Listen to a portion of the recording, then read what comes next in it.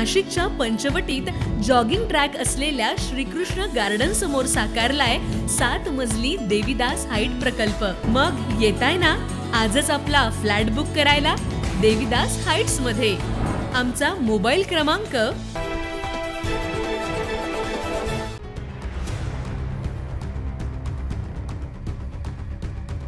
नाशिक शहराच्या पंचवटीतील प्रभाग क्रमांक 3 मधील हिरावाडी परिसरात अर्पण विहार सोसायटीच्या बाजूला सोसायटीनं सोडलेला राखीव प्लॉटवर महापालिकेच्या वतीनं रामकाल पथ बांधियांचं पुनर्वसन म्हणून महानगरपालिकेच्या वतीनं निवासस्थान इमारत बांधली जाते। सध्या या इमारतीचं काम देखील सुरू झालंय। सदर कामाच्या ठेकेदाराने हे काम सुरू केलंय। या कामात अर्पण विहारमधील संतप्त नागरिकांनी हे उपोषण सुरू केलं। स्थानिक बिल्डर आनंदा डेव्हलपर्स यांच्याविषयी फसवून केल्याची देखील नाराजी व्यक्त केली। या उपोषणाला नागरिकांच्या वतीनं भाजपाच्या महिला सरचिटणीस उज्ज्वला किशोर बेलसरे यांनी पाठिंबा देऊन उपोषणाला सुरुवात केली। यावेळी 9 न्यूज महाराष्ट्र वृत्तवाहिनीचे संचालक किशोर बेलसरे यांनी उपोषणाबाबत विशेष स्थानिक नागरिकांची चर्चा केली आणि आपल्या उपोषणाला आमचा पाठिंबा असल्याचं सांगितलं। या प्रसंगी नागरिकांनी या प्लॉट बाबतीत अधिक माहिती दिली।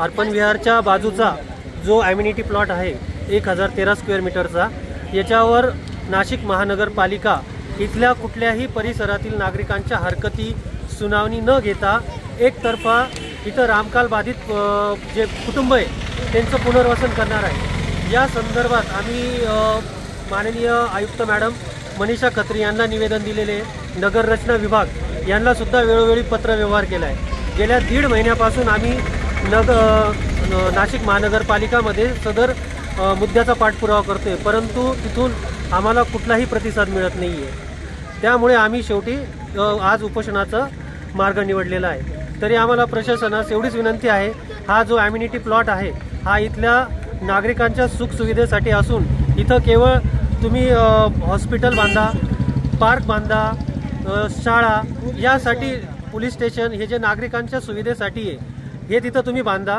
कुठल्याही प्रकारचं पुनर्वसन रहिवासासाठी इथं करू नका, ही आमच्या नागरिकांची मागणी आहे। मी अर्पण विहार नाशिकची रहिवासी आहे। महिलांतर्फे मी काही मुद्दे मांडू इच्छिते। पहिला मुद्दा आहे की अर्पण विहार सोसायटीच्या जवळ जो ॲम्युनिटी प्लॉट इथे आहे त्याच्यावरती आम्हाला बिल्डरतर्फे सांगण्यात आलं होतं की लहान मुलांसाठी इथे गार्डन होणार आहे, त्या व्यतिरिक्त वाचनालय होणार आहे आणि प्रत्यक्ष पाहिलं तर इथे ते न होता आज जे रामकालपथ बाधित कुटुंब आहेत 60 कुटुंब त्यांच्यासाठी इथं पुनर्वसनाची योजना आखली जाती आहे। आम्हाला या संदर्भात कुठल्याही प्रकारची पूर्वकल्पना ना शासनाने दिली ना मनपाने दिलेली होती। यासाठी जेव्हा आम्ही मनपामध्ये गेलो, सन्माननीय आयुक्त मॅडमशी आम्ही भेटलो तर त्यांनी आम्हाला उडवाउडवीची उत्तरं दिली। आज 1.5 महिना होत आला, त्यांनी आम्हाला सांगितलं होतं की मिनिट्स घेऊन 2 दिवसामध्ये मी परत एकदा मीटिंग अरेंज करते। आजपर्यंत कुठलीही मीटिंग अरेंज झालेली नाहीये। 2 दिवसानंतर डायरेक्टली त्यांनी पेपर आउट करून टाकलं की ही जागा त्या बाधितांसाठी गंगा गोदावरी पासून जवळ पडते, त्यामुळे आम्ही इथेच त्यांना या बाधितांना घरं बांधून देणार आहोत। बरं, त्या व्यतिरिक्त आमचा सगळ्यात महत्त्वाचा मुद्दा आहे, इथे 280 फ्लॅट आहेत। एका फ्लॅटमध्ये 1 मूल जरी कन्सिडर आपण केलं तर किती मुलं होतात? 280 मुलं। हाच आकडा आपण डबल करूयात का? किती होतात? 560 मुलं होत आहेत। आमच्या इथे ॲम्युनिटी प्लॉट शिवाय दुसरी कोणतीही जागा लहान मुलांना खेळण्यासाठी अवेलेबल नाही। कृपया हे समजून घ्या। आज आमच्या मुलांना खेळायचं म्हटलं तर आमच्या मुलांनी कुठं जायचं? हे बेमुदत उपोषण जोपर्यंत अर्पण विहार सोसायटीच्या हक्काची जागा मिळत नाही तोपर्यंत सुरू राहणार असल्याचं नागरिकांनी सांगितलंय। या उपोषणाला संपूर्ण सोसायटीतील प्रत्येक परिवारातील व्यक्ती व लहान मुलं देखील उपस्थित होते। 9 न्यूज महाराष्ट्रासाठी पवन काळबांडे, नाशिक।